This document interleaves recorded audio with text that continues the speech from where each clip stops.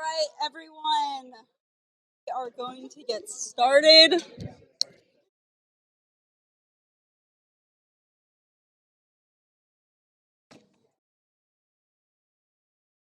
Welcome to Berkshire Green Drinks. This event is sponsored and organized by Berkshire Environmental Action Team, also known as BEAT. If you don't already know about us, you can find out much more on our website, thebeatnews.org. For all of the people here in person, you can pick up an end-of-year newsletter, which is over here on the table. We're a small nonprofit based in Pittsfield. There is a sign-in sheet floating around. If you haven't already signed in, please do so before you leave. That just helps us keep track of all of those who are attending our events. Next month's Green Drinks, April Green Drinks, Elizabeth Barnes from the Department of Agricultural Resources will be speaking about the spotted lanternfly, an invasive insect and pest. So you can find out more about that on our website and also register there. For everyone on Zoom, if you could please stay muted during the presentation. If you have any questions, feel free to put those in the chat at any time. And then during the Q&A after the presentation, I will relay those to Diane and Rich. I think that's all I have. Jane, am I forgetting anything? Okay, well, I think that's everything. So I'm going to hand it over to our speakers for this evening and let them introduce themselves a little more.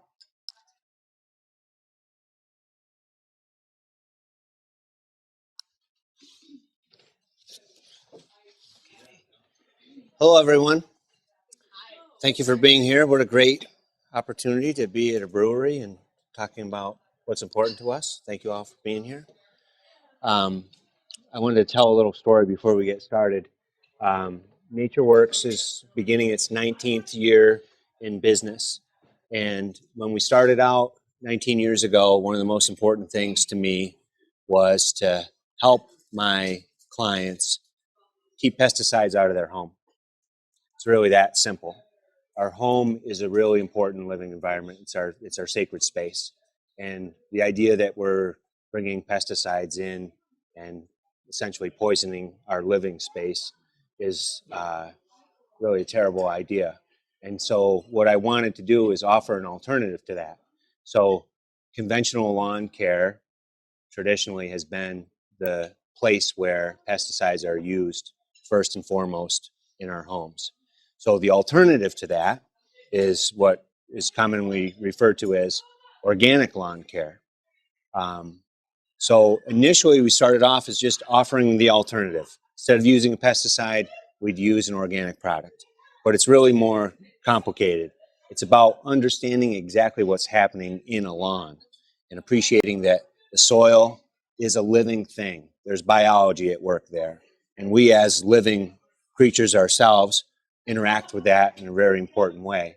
And so when we recognize that and honor that and approach our lawns with that in mind, it really changes how we interact with our lawns and how we might maintain them and take care of them over the course of many years. So to start to just look at a lawn in that context, we think about how we're going to mow it, the varieties of grass that we use, how do we improve the soil, and how do we get better results in the lawn. But as I offered that to clients and developed programs around that, I recognized that there's really an opportunity to do much more. A lawn is just that. It's a lawn. It's somewhat of a monoculture. And so really what's there is much more potential. And so we're going to talk about that potential in meadows tonight. So Diane and I are going to take turns talking. Admittedly, I don't speak in public regularly. So yeah. So I think first thing we're going to do is go around the room and have everyone stand up and introduce themselves and talk. No, I'm just kidding. So we're going to go through our slides and talk about the subject on the slide, and we want to kind of invite people to ask questions if they come up, or certainly interact with us. I think that's a good way to keep this engaging and as informative as it can be. What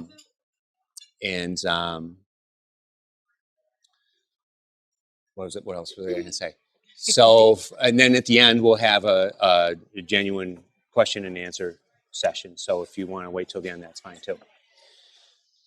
So our first slide is why not lawns? I talked about that a little bit. They are monocultures. If you look out on a conventional lawn, certainly there's very little activity. Pesticides will really create essentially a sterile environment. So you don't see birds, you don't see insects, you don't see ladybugs or earthworms. It's a terrible situation. It has to be maintained with pesticides if it's going to be weed-free or maintain a typical conventional lawn standard. So we, particularly here in the Berkshires, we don't need perfect lawns. In fact, we want the opposite.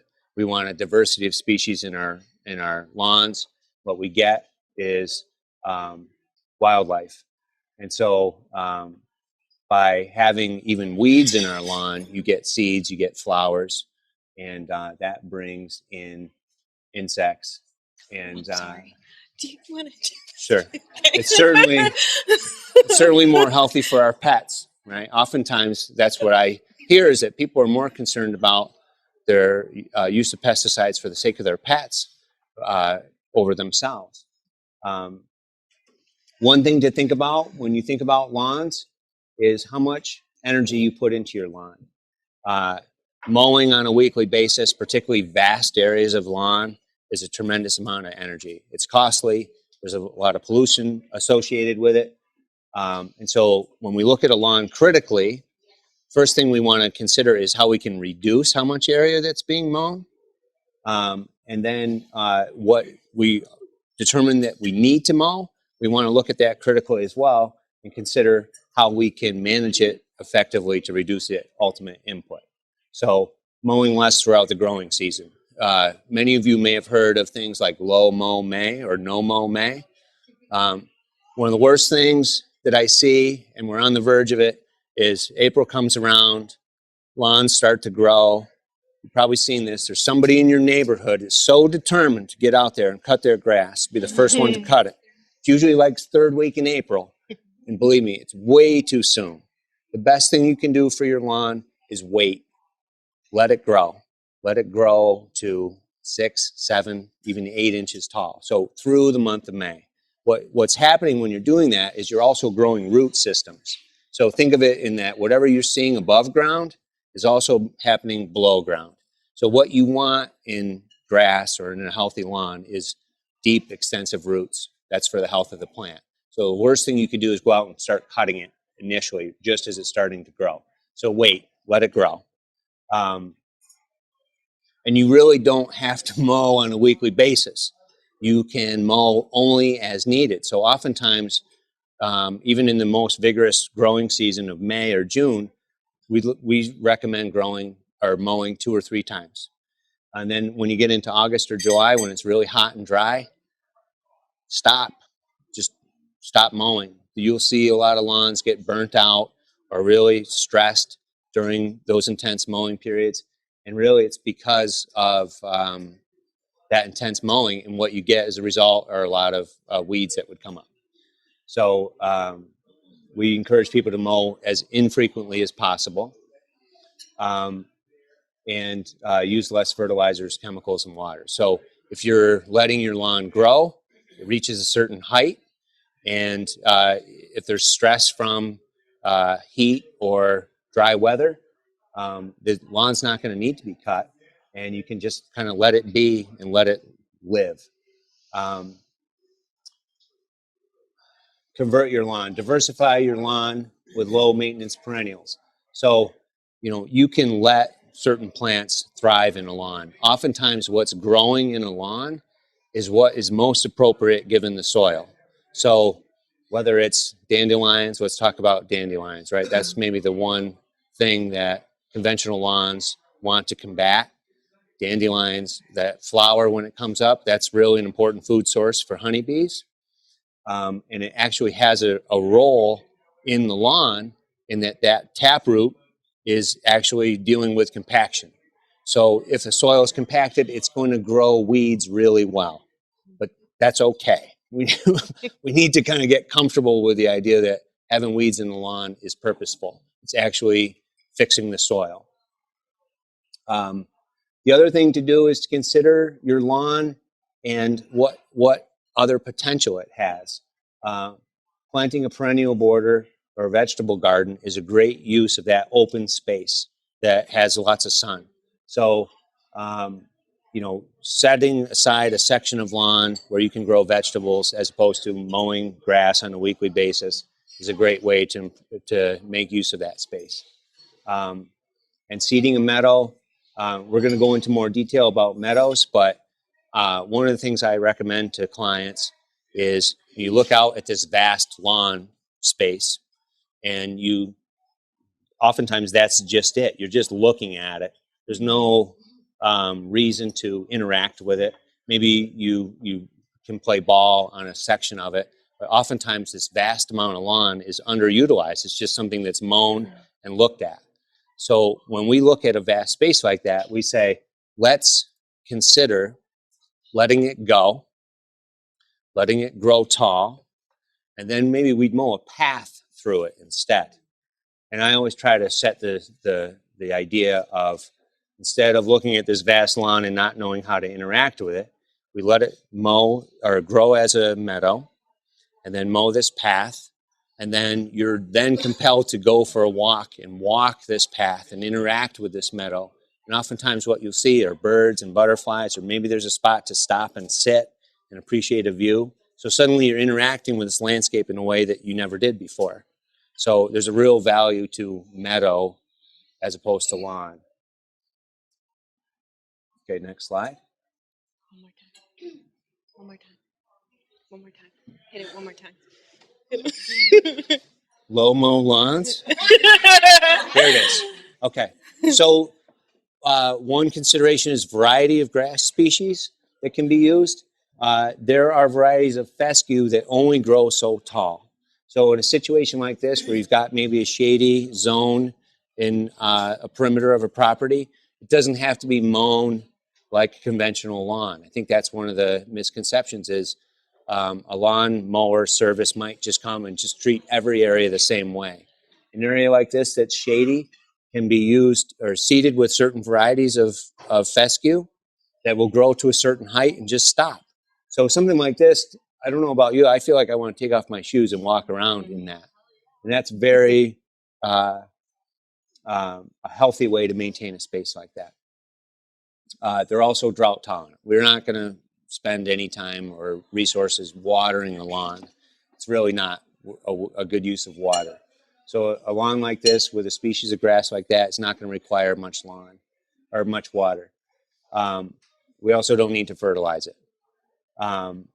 You can mow it a minimal amount of time, and that's adequate.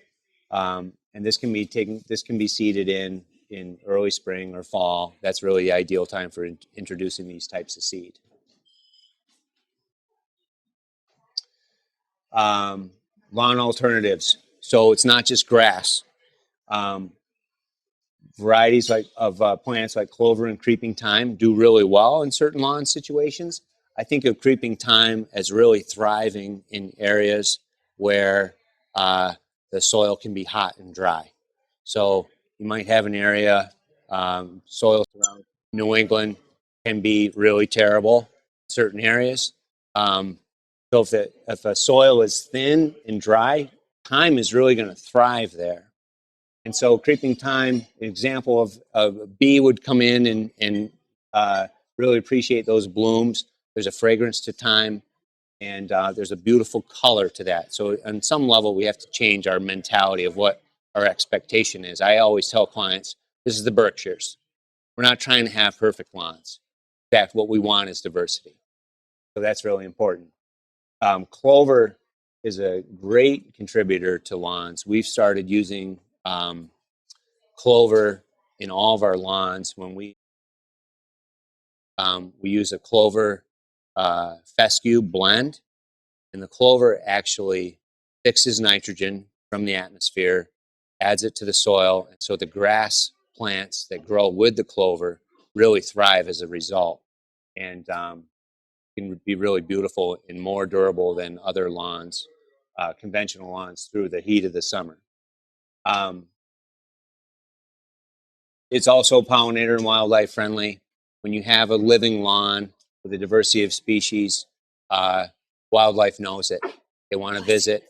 They want to scratch around. They really want to interact with that diversity of plants. Yeah.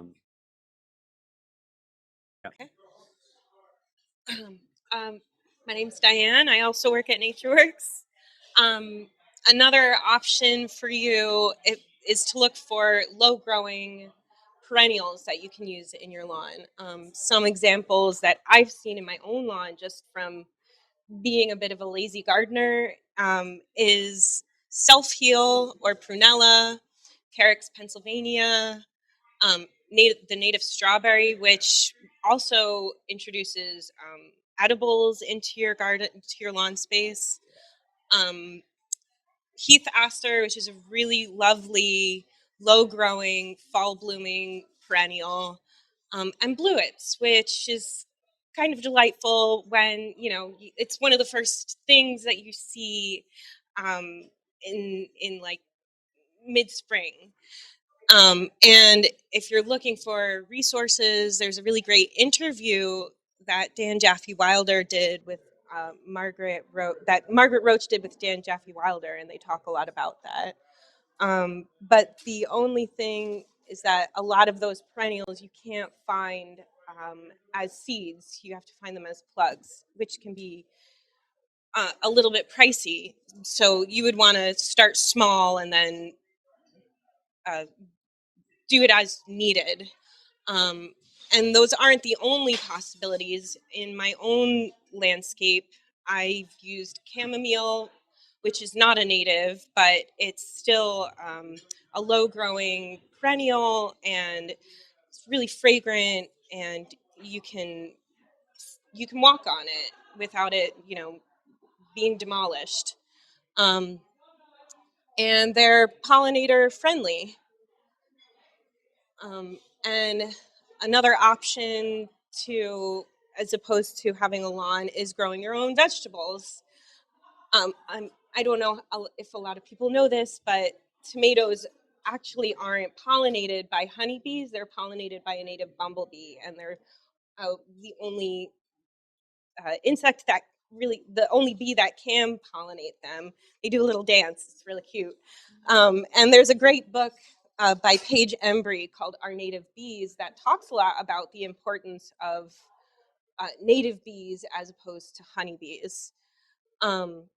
And again, you don't have to do this all at once. So if, as a homeowner or a professional, you're looking to introduce an alternative in your lawn, you can start small.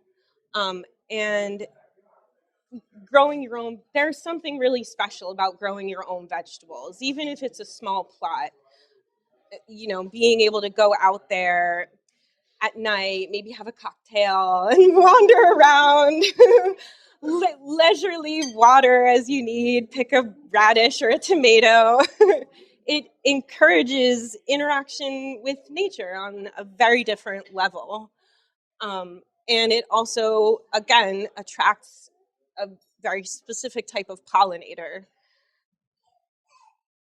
Another option would be to build a perennial border, which, again, you don't need to do this all at once. And that you can do a native border.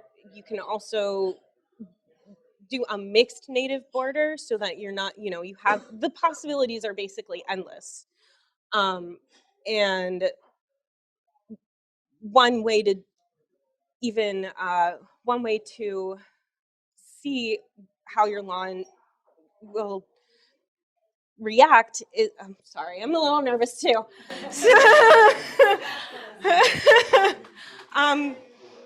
basically, if you don't mow your lawn, you can see what will actually grow there. So I bought my house 3 years ago, and again, lazy gardener, didn't mow my lawn at all, and all of a sudden things started popping up. So I was able to see what could grow there. And you learn that instead of working against nature, you work with it. So you have the right plant for the right place. You're not putting a plant that loves wet in a drought tolerant, hot, sunny place. And this invites, by building a perennial border, you're inviting pollinators, you're inviting wildlife. You might get a little deer browsing, but like, they were here first. It's okay. And you can also develop a border that will allow for color all season long. And it doesn't have to just be perennials. If you're a dahlia lover like myself, they bloom all season long. Hummingbirds love them. Kufia is another really great hummingbird plant. It's one of my favorites. And you don't really have to do much with them. You can kind of just let them be what they are. Yeah, I wanted to chime in on that. I think one thing that's important that Diane mentioned is oftentimes when we let go a little bit, if you think of lawn mowing and lawn maintenance as us humans really wanting to interact with the lawns and control this environment, right? It's got to be a certain height, it's got to have a certain look. There's a certain element of like management and control. And when we let go for a second and see what grows, it's kind of a, you give up that control and you let yourself be open to what nature wants to do.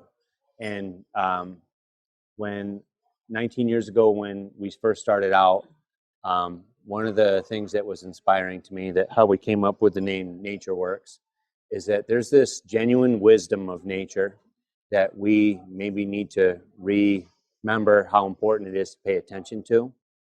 So if you stop for a second and let go of managing your lawn and see what nature will bring in, it's oftentimes really absolutely amazing. So nature comes in and it's going to give you a variety of textures, variety of colors. Suddenly there's flowers, which brings in insects, which brings in birds. And so when we let go of that control and let nature work, suddenly you have this incredible interactive experience with your lawn that you never really had before. So, and also what you'll find is that what grows there naturally, what nature will facilitate growing there, is what is most appropriate for that site. So you have a wet area of your lawn, certain plants are going to grow. I don't know if you've all experienced that, but certain plants just seem to grow really well in certain parts of your landscape. And it's oftentimes based on the soil that's there, the conditions of the soil. So whether it's shade or sun or wet or dry, nature has a genuine and true understanding of what's appropriate there. And oftentimes it's for the sake of the soil. So we almost have to kind of let go and just let nature come in and do what it knows best to do. And when you stand back and observe that, the results are absolutely amazing. You know, standing at your living room or kitchen window and looking out over a vast monoculture of just plain green, it's the same every day. It looks what it looks like yesterday. You know, you have to deal with the idea of these mowers coming in and the sound and the cost of that. Whereas the opposite is to let it go and observe it on a day-to-day basis. And it's always changing. There's always something happening there, and that's nature at work. So I think one of the most important things is to recognize, yes, there's a purpose to lawn and there's a time and a place for it, but it's really should be considered in that context and to minimize it. And the alternative of meadow is really much more exciting, interesting, interactive, and also it honors nature itself. Yeah, and I think Rich you really touched on this just now, like being able, this is the most labor intensive option I think that you can offer a person. However, the benefits outweigh all of that. I mean, you're able to look outside and be able to have like a beautiful, colorful meadow instead of just green lawn. And there's been a lot of research to, because people are moving more away from the typical Levittown lawn and into the meadow, there are really a lot of seed mixes and options available for you. So this speaks more to how we go about it. So everything is very site specific, or very, it depends very much on a number of factors: the site itself, a budget, the area that we want to address. So there's a lot of different ways to deal with what's existing and then to introduce the plants that we want to have grow there. So solarization means we can use black plastic to kill what's existing for the sake of introducing the plants that we want to grow. The sun will heat that up and kill off the plants that are there. Also, plain old-fashioned sod removal. That's what's depicted here. Labor intensive, but nonetheless, that's how you begin to introduce the plants that you want to introduce.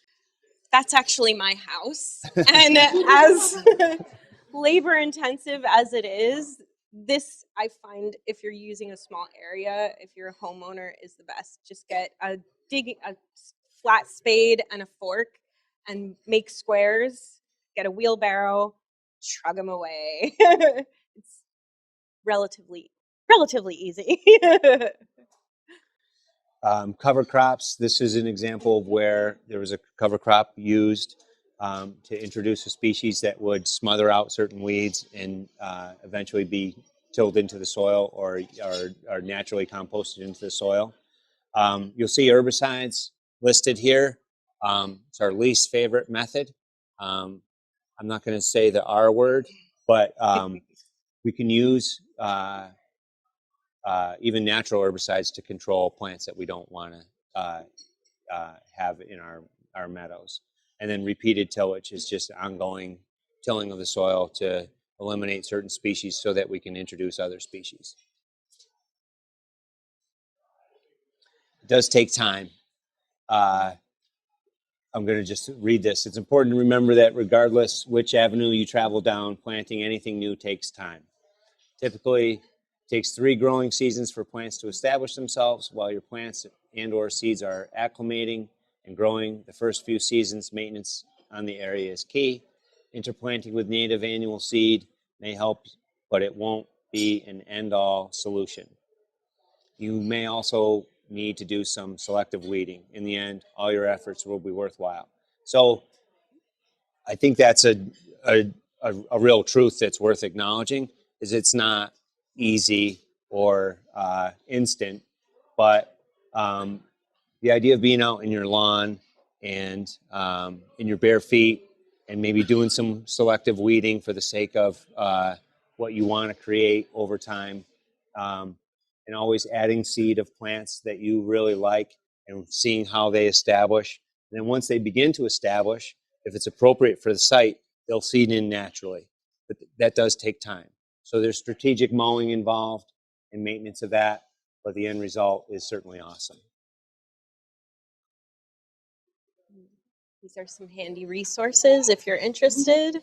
There are a lot of resources out there. Yeah, if you want to take a picture, of course, I will move out of the way. Sorry. So all that said, we want to answer any questions anybody might have. Yes. We have that wild thyme in our front yard, and it is beautiful. And we were trying to get it to take a little more of the area. So we didn't grow huge bag of seeds out there, but it didn't take. So make contact with the soil. Did you? Repeat the question, please. Okay. So this person asked about she has a patch of thyme and she really likes it and she wants it to spread. She wants it to take over and do more. And how can she encourage that? Did you buy the seed? You bought some thyme seed. So it may, your struggle may have had to do with the preparation. So I guess a couple of things to consider. There may be areas of your lawn where that thyme really thrives because of the conditions, and it may not be moving into these other areas because the conditions are changing. So it may not be ideal. So I guess it's worth kind of, even though we are willing to plant the seed and make the effort, you may not be able to have an entire lawn of just thyme. Although you can certainly, I'm thinking of ways that you could make that seed more successful.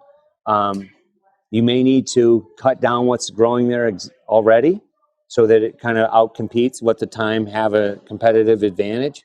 Also, seed to soil contact is really important. Time of year that you're putting that seed down is important. So don't give up, but it may just be that it's not quite ideal. I think what I've learned is thyme grows where it's ideal without any effort from us. Like, you didn't necessarily install that initial patch, right? It just kind of happened. So the maybe a consideration is that there's another plant that has a low growing flower that's complementary to the thyme, that's more appropriate for that area, that would really thrive, because that's really what you want, is less input. So I don't know the cost of thyme seed, but it's probably not cheap. No seed is inexpensive these days. So that a consideration is that what would grow best in that area might just be a different plant. Yeah. Yeah. Yes. Related question also on the time. Is it better for it to spread to let it go to seed, or to kind of cut it and let it spread vegetatively? That's a good question. So is propagating thyme better? So let me repeat that question. This gentleman's asking, what's the best way to propagate thyme in a lawn? Is it its own seed source, or the idea that it would continue to creep along itself?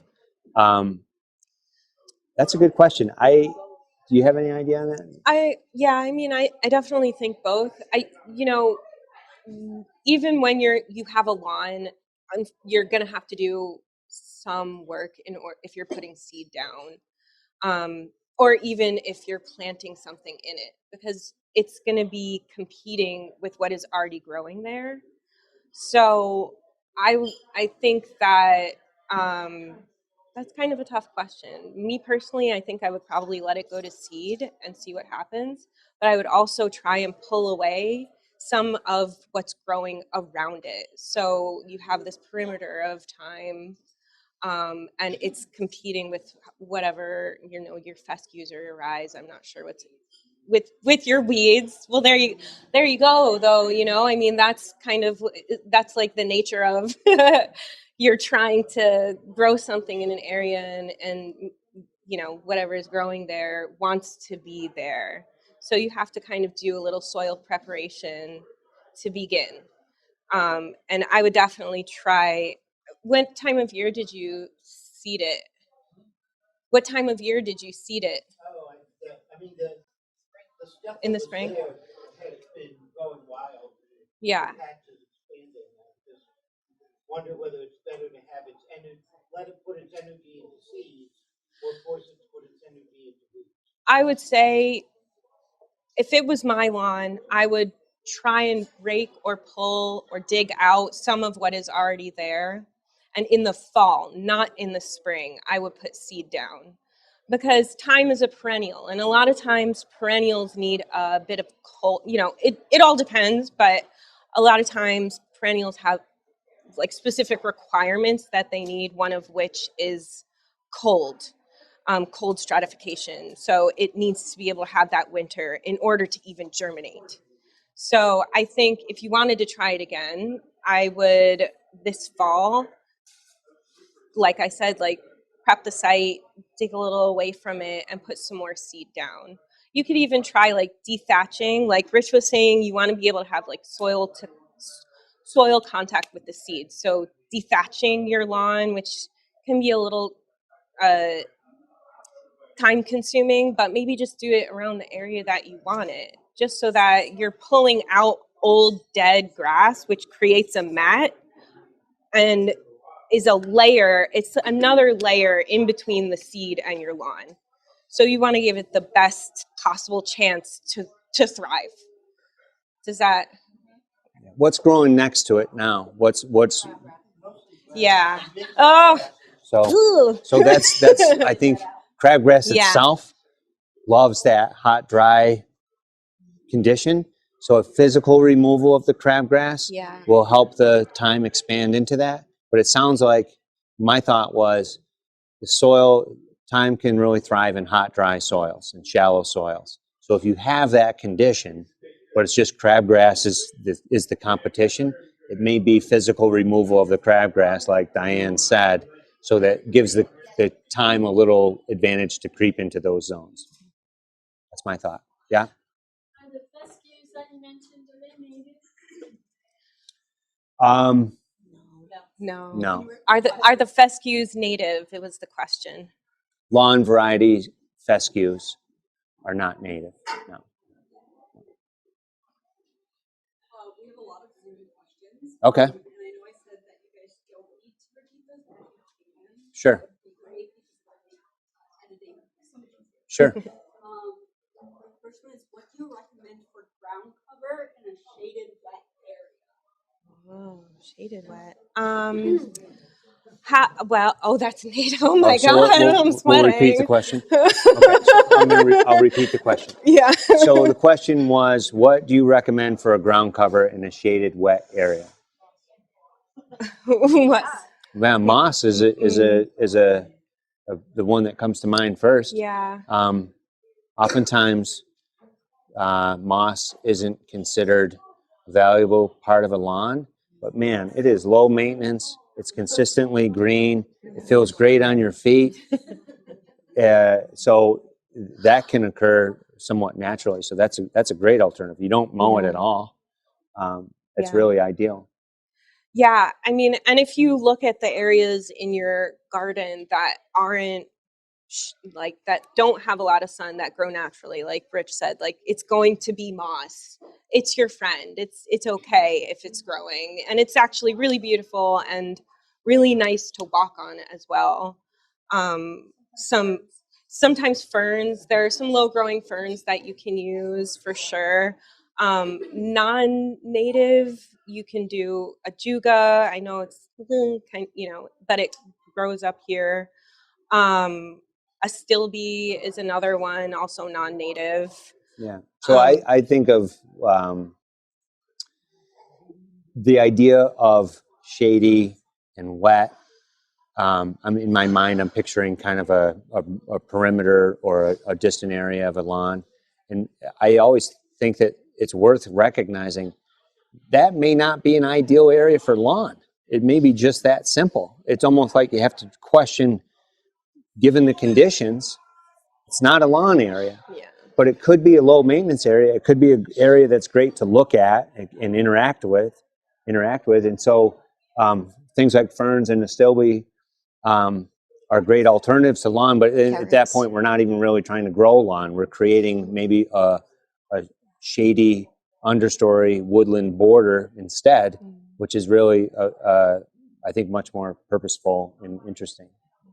So I think that's a worth recognizing, is sometimes the conditions are just not ideal for lawn. Do you have another Zoom question? There are several Zoom questions. We can do one more and then go back to it. Sure. Kind of alternate. Sure. What is the most economical, environmentally friendly seeds I can buy for a swale where I don't want plants or grass higher than what would be mowed by a All right, I'm going to see if I can repeat that question. Yeah, right. What is the most economical seed blend and environmentally friendly that I can buy to seed a swale that will be mown intermittently by the town, or Yeah, so it can't be higher than what the town would go. I don't know what that would be. okay. I, Um, I would look without seeing the site. That's kind of a difficult question. I yeah, would say to look on like American Meadows or was Prairie Nursery. There's another. I would go. Like buffer zone mixes. Yeah, and take a look and see because that's kind of is it sunny? Is it shady? I think that's kind of yeah, and I safe guess without. the element of what's the least expensive Yeah. brings to mind, how do we do this without spending much money? I would say you could use a very basic seed blend. We have a blend that we call Berkshire blend, and it's very intentionally, it has 0 Kentucky bluegrass in it. It's perennial rye, it's tall fescue, it has clover in it, and that can just be seeded. It endures the range of weather and conditions that we have in the Berkshire. So, cool and wet in the spring, hot and dry in the summer, cool and wet in the fall again. So, seed isn't generally inexpensive, but a very basic blend like that could grow to a certain height and have a great look.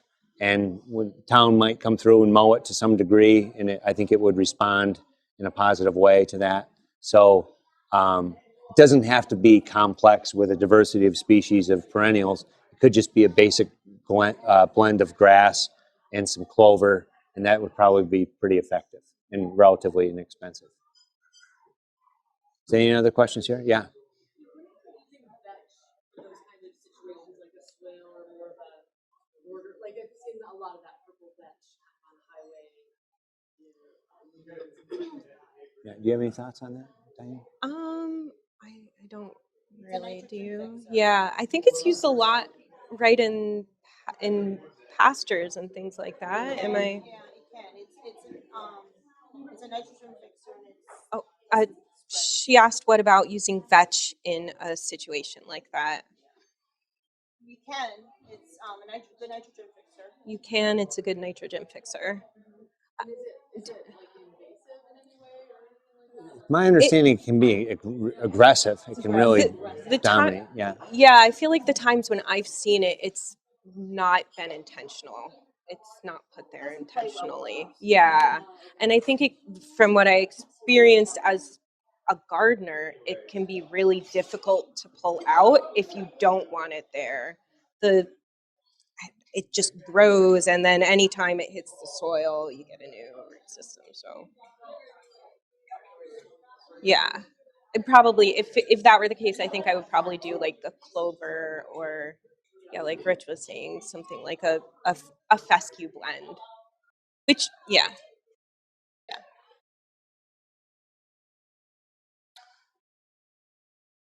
Hi. So we're talking about just not mowing the lawn for us and seeing what grows. And so at my property, at my house, what we tend to do is just like exactly what you were saying. We let the whole thing grow and mow it like maybe twice and mow like paths through it. Yeah. What I'm wondering is like what a next step after that. If I'm curious about like getting more beneficial like wildflowers and pollinators. Right. So after a season of just not mowing and seeing what happens, Yeah. you might see some plants that you really like, or that like, oh, this is exactly what we're looking for. But you may also feel like, I want more color, I want more diversity, or this section's really colorful, but this section lacks color or diversity.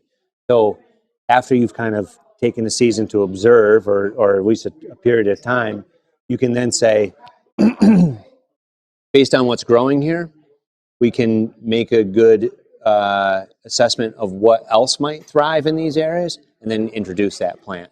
So we had a slide that showed a meadow that was full of echinacea, and I think echinacea grows in a lot of diverse conditions. But you might say, like, man, I really wish I had this great purple flower through the summer, and so then you can introduce that. and you can introduce it in a couple of different ways.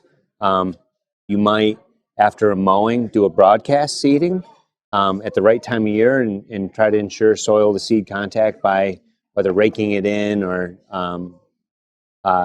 even, what would you call that? Right. So you might even go so far as to remove chunks of sod like Diane did, or even just a shallow till and introducing those plants to those zones. And sometimes you just do it in swaths. So, based on your budget or how much time you have, how much effort you want to put into it, you might say, like, I'd love to introduce a specific plant to this area and then seed it. And there'll be variations of how successful that is. And it could be based on luck. It rained really well or it didn't really rain really well during that time. It could be based on the soil conditions are appropriate or inappropriate for that particular plant. But the theory is that as that swath establishes, and you might plant more than one thing there. So echinacea is one, but you might have 5 or 6 different species. As those plants establish, given the soil conditions and the appropriateness of the site, they'll also seed in and spread. So what appears to be a very focused initial installation over time kind of spreads and establishes on its own. And that's kind of the ideal. Is you really don't want to force any of these plants to grow there. Like we were talking about your time. It may be in certain situations. It sounds like the crabgrass situation is ideal for time, but like the shady wet zone that somebody else was referring to, it's not ideal for time. So you have to kind of be reasonable about your expectation about what will grow given the conditions.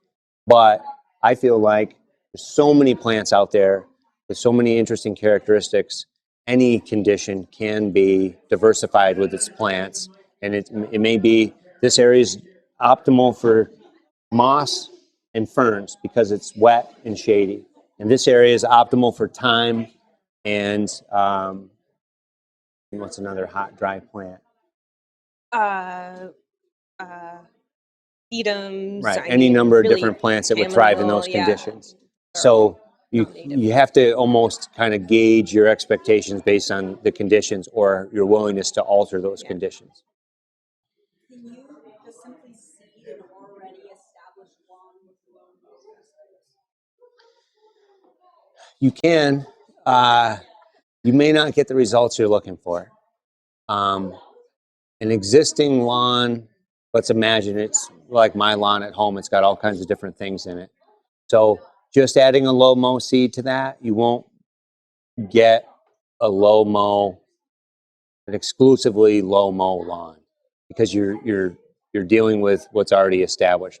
The low mow varieties won't outcompete existing grasses. So a low mow lawn is a certain variety of fescue that need a little assistance to establish and get that competitive advantage. So that takes time. So whether it's solarization or shallow tilling, it takes an effort to establish those. And also, I think you have to put in the effort to deal with what might be competing with that low mow fescue. Those low mow varieties take time to establish. So there's be a period of commitment to weeding out whatever else might want to move in and grow that's a little bit more vigorous or aggressive. The next question is, any suggestions for smothering out poison ivy? And can you repeat that? Any suggestions for smothering poison ivy?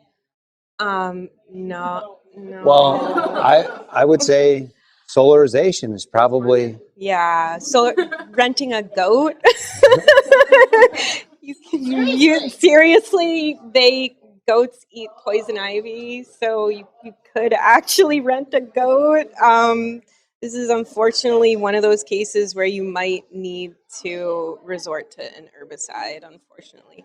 But poison ivy is also a native and the birds love it. So positives? Well, and I think it's always worth understanding Yeah. why is the poison ivy growing there? Poison ivy often grows where humans have disturbed areas. So it's toxic not to goats, but to humans.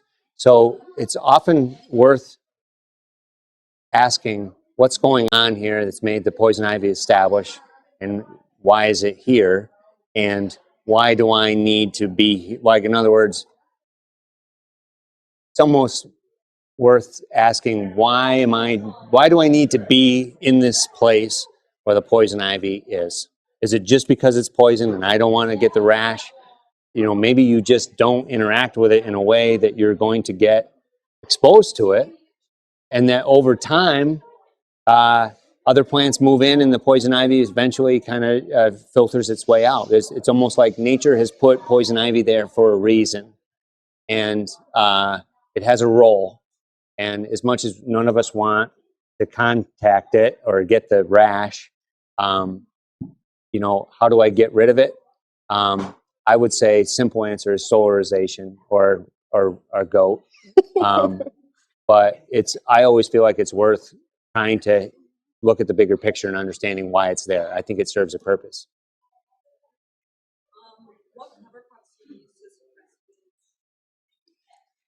Oh, rye to suppress them. Oh, what cover crops do you use to suppress weeds? You would use a perennial, an annual rye or a winter rye? Annual rye. And sometimes winter oats. And And then it becomes or that gets filled in. right, you would have to till it It's not back a into the one-shot. soil. So you're not, it's not an end all solution. You would have to till it back in, regardless of what.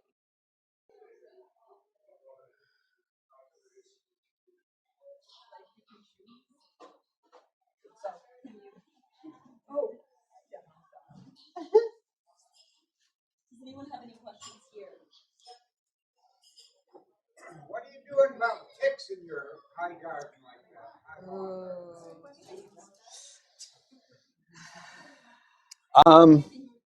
You know, I don't have a problem with ticks. I don't, and I know that's probably not common. I don't try to keep ticks out of my landscape. I take steps to protect myself. So it's a little bit personal, but I use a peppermint based soap when I shower every morning. That in itself is a deterrent. In my line of work, we're constantly outside, we're constantly exposed. But the idea that I'm going to go out and like control my environment and keep ticks out by spraying essentially insecticide, it's not how I interact with nature. And so I take steps to protect myself, whether it's, you know, the soap I use on a daily basis. I might, if I'm expecting a certain amount of exposure, I might, you know, treat my outer layers with some kind of a deterrent. I feel like I've developed a sensitivity to the idea that insects are crawling on me. We have this kind of camaraderie where we say, hey, I feel like I got a tick. Do you mind taking a look? And so I can't keep them out of nature. It's impossible. And the idea of spraying for ticks on a regular basis to keep them at bay has too much impact on other insects and the imbalance or the balance of nature. So I protect myself individually, and I recognize ticks are part of nature. In a diverse situation, there's a balance. It's not full of ticks. There's species that eat ticks, birds that eat ticks. I just kind of let that happen. And just try to, obviously, nobody wants Lyme disease, and tick bites are terrible. But I feel like like poison ivy, ticks have a role in nature, and that's something we just have to deal with. Can you fit a coop on your land? Because you could get some chickens or guinea hens. Guinea hens are turkeys common. Eat them. Yeah. Right. Which is super invasive. Like, yeah, Lou is saying barberry is a host plant for them, and it's also very invasive. You wouldn't want it there anyway. So if you have any of that in your landscape, rip it out. And berberis. It's like that spiny. It's pretty nasty. Yeah. Yeah. I think they're moving. It's being phased out, you know, and there are infertile ones that are being sold, but I still wouldn't mess around with it. Do you- Do you know of any examples of pollinator lawns at schools, colleges, parks, or other visible locations? So Yes. that such examples can encourage residents? Yes. Cornell. Oh, do you know of any examples from colleges that people can use as a resource? So Cornell has, for a long time, had a program that they have experimented with, where they've done a pollinator lawn, and they actually encourage people to step on everything, to see, traffic, foot traffic, and all that. And this is a really great resource. There's also the University of New Hampshire has a really good one. And I think if you if you just type that into the internet, not to sound, but really, it's so helpful. There are tons of places in the Northeast that tons of schools, not only in the Northeast, that are doing this research because people are trying to get away from the atypical lawn. But Cornell, I would say for sure, check that out. And this link here goes directly to an article by the University of New Hampshire, and it's a really great resource. And the BCC right now has decided that instead of having a pollinator garden, they want to turn the campus into a pollinator campus. I love Nice. that. And we're not a resource. At this point, we're looking for resources because we're just starting now. We're in the planning stages. And Antonia here is really jumping in with both feet and kind of leading the charge. That's great. And I did come across an article. It was a student research paper, I think. I forget the school, but I think Adams. It's near where's Clark? I'm from New York, so so I think there's Williams College. A couple students did a research paper on doing pollinator gardens around that area. So that's another one that you can use. That's Mass. Yeah.